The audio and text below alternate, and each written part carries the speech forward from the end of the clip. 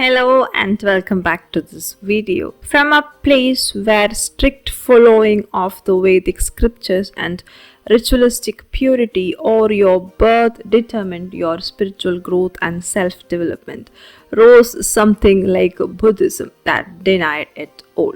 And from that nihilism of Buddhism that basically said that there is nothing permanent or integral to yourself, your life, or this universe, rose another philosophy called Advaita Vedanta that said that there is one ultimate reality which is achievable to every human being just by pursuing that very idea without falling prey to the ritualistic practices or fundamentalism or the nihilism of Buddhism. Now, all of these philosophical debates and ideas coexisted with other ideologies in this land, and that is only possible because of the freedom of thought and expression we had in this land, where philosophical debates and cultural events drove the society forward, not wars or conflicts or just mere domination. So in this video, we will look at two philosophies that were born out of this land, that is the Indian subcontinent, which are still very much relevant even today. So they are one Vedanta and second Buddhism. Let's start with the Vedanta philosophy. A lot of people think that Vedanta actually means Advaita Vedanta, but it is just one of the philosophical positions in the Vedanta darshana. Now, there are 6 darshanas or the philosophical standpoints according to what is today called Hinduism. They include Sankhya, Vaisheshika, Nyaya, Mimamsa, Yoga, and obviously Vedanta. Now, as we have seen in our previous video also, Mimamsa means reflection or investigation into something. And the Mimamsa philosophy is also called the Purva Mimamsa. And Vedanta is called the Uttara Mimamsa. Mimamsa philosophy concerns itself with the first part of the Vedas, while Vedanta, being the Uttara Mimamsa or the posterior Mimamsa, concerns themselves with the later part of the Vedas, that is the Upanishads.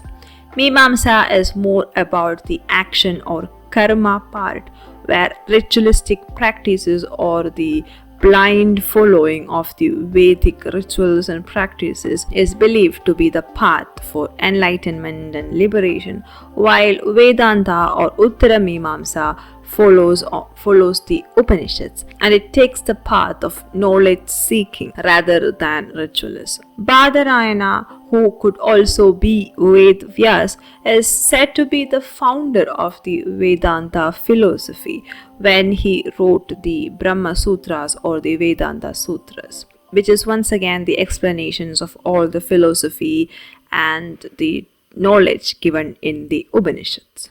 The Vedanta philosophy concerns itself with the Jagat, which is the universe, and then there is Jivatma, which is the individual soul in every individual or living being, and then there is the Brahman, which is the one supreme soul. So Jivatmas are trapped in the universe or Jagat, and they are reborn because of their karma or their desires or their attachments. The primary goal of life, especially human life, according to Vedanta philosophy, is moksha or mukti, attained through self-study and understanding what Brahman is and experiencing what Brahman is. Now, there are 3 schools of thought within Vedanta philosophy which have the same goal, but the way that you attain that goal is different for each school.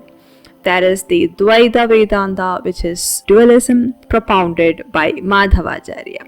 He basically says that there is a clear distinction between the God or Brahman and the Jivatma. Then there is Vishishtadvaita Vedanta, that is qualified non-dualism. That is, we are part of the one supreme Brahman, but individual souls forget about it, and when we are born we have characteristics on our own which we need to shed and be one with the Brahma. Then definitely there is Advaita Vedanta, which is the earliest Vedanta, and that says that there is nothing but Brahman, everything else is an illusion. So to conclude, Vedanta philosophy is all about seeking and attaining Brahman, which is called moksha or mukti, where there is one ultimate reality or supreme being which we detach from because of our karma or our attachment or the cycle of birth and death, and then we realize that we are separated through awareness and consciousness that we gain through our human life, and then we go on a path to get reunited with the Brahma. So that is what Vedanta is all about. Now let's look at Buddhism and how it differs from Vedanta. As the legend goes it, Buddha was an Indian prince who is introduced to the four sides of a sick man, an old man, a corpse taken to cremation, and a meditating monk. These four sides lead him to set out on finding the answer to how to end suffering in life. And he goes on to study under two very prominent Indian philosophers or sages, but he leaves them to go on a path of his own. And then eventually he attains enlightenment, also called nirvana in Buddhism, upon which he realizes the four noble truths. They are that there exists suffering in life, there is a cause to that suffering which is craving or attachment or desire, and there is a way to end suffering by taking us away from the cravings. And the goal of nirvana is to break away from the cycle of death and rebirth. The goal of enlightenment or liberation should be to never be reborn again in any planes, in any realms whatsoever. There is dukkha or suffering or dissatisfaction with life because of the lies that we believe in order to survive. Ignorance concerning the three characteristics of sentient existence, that is suffering, impermanence, and non-self, will lead into identification with I or mine. So by understanding the three marks of existence or these three characteristics of existence and how they are all but a lie, we can attain nirvana. Dukkha means non-satisfaction more than suffering, which means that there are endless desires and cravings for a sentient being. We simply never can fulfill or satisfy all our desires, no matter how many lives or how many experiences. And anatta means non-self, that there is nothing like a self inside us or integral to us. Everything that we are formed of will eventually get dissolved or break away. There is nothing called the self. And then the last is anicca, which is non-permanence, which means that nothing is permanent. Everything is transient in this universe. But we tend to attach ourselves to our own self, the permanence of life or this universe, and that we can satisfy our desires. This is what leads to suffering. So by realizing that there is nothing permanent, that everything is transient, and that there is no self or no ultimate goal to reach, we basically escape suffering and reach nirvana. Basically, Buddha really goes against the tide in the land, and he basically says that there is no Brahman, there is no ultimate reality, none of that. Everything is just dissolving away or breaking away. Now, in due course of time, even Buddhism transformed in this subcontinent, and Mahayana Buddhism became a prominent force here. And Mahayana Buddhism, which also means greater wheel talks about one ultimate truth, which is Shunyata and Nisambhava. These were introduced by a sage or a monk, Buddhist monk called Nagarjuna. It says that ultimately everything leads to an emptiness or a sense of nothingness. It's basically like when you're meditating and you're able to detach yourself from your mind, your body, and your senses, thoughts, and so on. You reach a point of nothingness or complete void or emptiness where there is no thought, no feeling, no emotions, no sense of body, and so on. So that plane is called as Shunyata, which is the ultimate truth that we are all trying to achieve. Yeah, I know these philosophies are a bit weird. After all the investigation, you understand that there is nothing.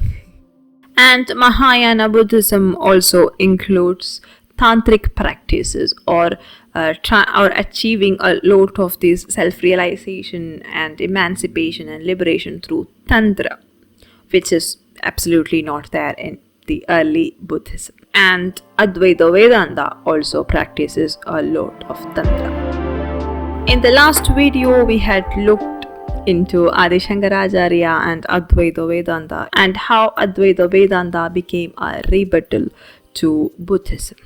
But it was also heavily influenced by Buddhism, and which in turn was heavily influenced by Vedanta and Advaita Vedanta.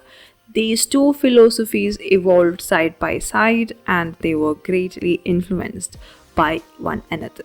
It agrees that everything we see in this universe and everything about this universe is an illusion, and that there is actually only the emptiness or shunyata. But that emptiness or that nothingness or that inactive, unmanifest form is Brahman itself. So there is a singular point which tends to nothingness called the Brahman, and the entire universe, everything that we see is superimposed on that one Brahman. Like I said before, Brahman itself denotes nothingness or emptiness or a void or something that is absolutely and completely unmanifest, which cannot even be defined according to Adi Shankaracharya. Nirguna Parabrahma, if you will. That is what we are trying to attain through our lifetimes as human beings. To conclude, both Buddhism and Advaita Vedanta cross paths to create an unbreakable epistemology or a paradigm of thought. They grew alongside each other, influencing and correcting each other, and they still stand strong to this very day. So what do you think about this video? Please let me know in the comment section if I missed out something or if you have something to add on to the basic differences between Vedanta and Buddhism. I hope you liked this video. If you did, please share it with somebody else and also click the like button and subscribe for more videos like this. Until we meet next time, bye bye. Well, it goes without saying that I don't have a sponsor yet. But not to worry, I will sponsor my own video. More precisely, my book will. This is the first book that I wrote. It's a realistic fiction novel about 4 teens in a city enmeshed in a life of drugs, love, violence, and chaos. A tale of isolation and desperation one feels among known strangers in an unknown city. Well, this book is available on Amazon and Flipkart. The links will be in the description. I will also share the link to the video trailer of the book. So check them out. And now back to the video.